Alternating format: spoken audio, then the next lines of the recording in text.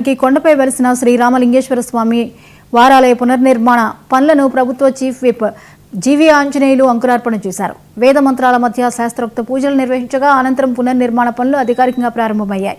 వినుకొండ కొండపై ఉన్న శ్రీ రామలింగేశ్వర స్వామి దేవాలయాన్ని సమగ్ర పుణ్యక్షేత్రంగా అభివృద్ధి చేస్తామని, భక్తులకు మెరుగైన మౌలిక వసతులు కల్పిస్తామన్నారు.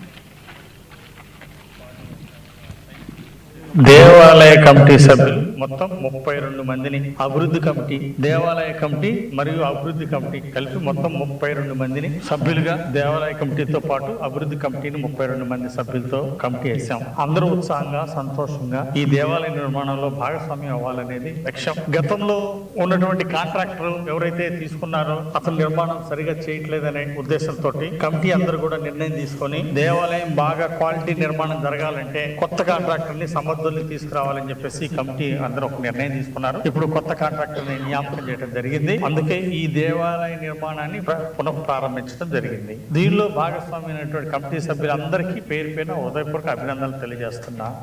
నేను కమిటీ సభ్యులందరినీ కోరుతున్నా, చాలా క్వాలిటీతో నిర్మాణం పూర్తి చేయాలి. దీనికి విరాళాలు ఇచ్చిన దాతలందరినీ హృదయపూర్వక అభినందనలు తెలియజేస్తున్నా. దాతలు ప్రతి ఒక్కరికి పేరు పేరున హృదయపూర్వక అభినందనలు. అలాగే రేపు ఆరుద్ర నక్షత్రం రోజు ఒక 11 లక్షల రూపాయలు నేను గుడి అభివృద్ధికి కమిటీకి అందజేస్తున్నా.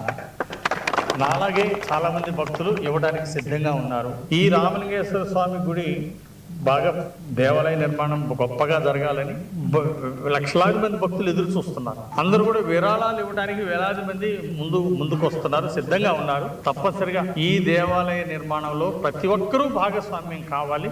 దేవాలయ కమిటీ సభ్యులు మొత్తం 32 మందిని, అభివృద్ధి కమిటీ, దేవాలయ కమిటీ మరియు అభివృద్ధి కమిటీ కలిపి మొత్తం 32 మందిని సభ్యులుగా దేవాలయ కమిటీతో పాటు అభివృద్ధి కమిటీని 32 మంది సభ్యులతో కమిటీ వేసాం. అందరూ ఉత్సాహంగా, సంతోషంగా ఈ దేవాలయ నిర్మాణంలో భాగస్వామ్యం అవ్వాలనేది లక్ష్యం. గతంలో ఉన్నటువంటి కాంట్రాక్టర్ ఎవరైతే తీసుకున్నారో అసలు నిర్మాణం సరిగా చేయట్లేదనే ఉద్దేశంతో కమిటీ అందరూ కూడా నిర్ణయం తీసుకొని దేవాలయం బాగా క్వాలిటీ నిర్మాణం జరగాలంటే కొత్త కాంట్రాక్టర్ ని సమర్థుల్ని తీసుకురావాలి.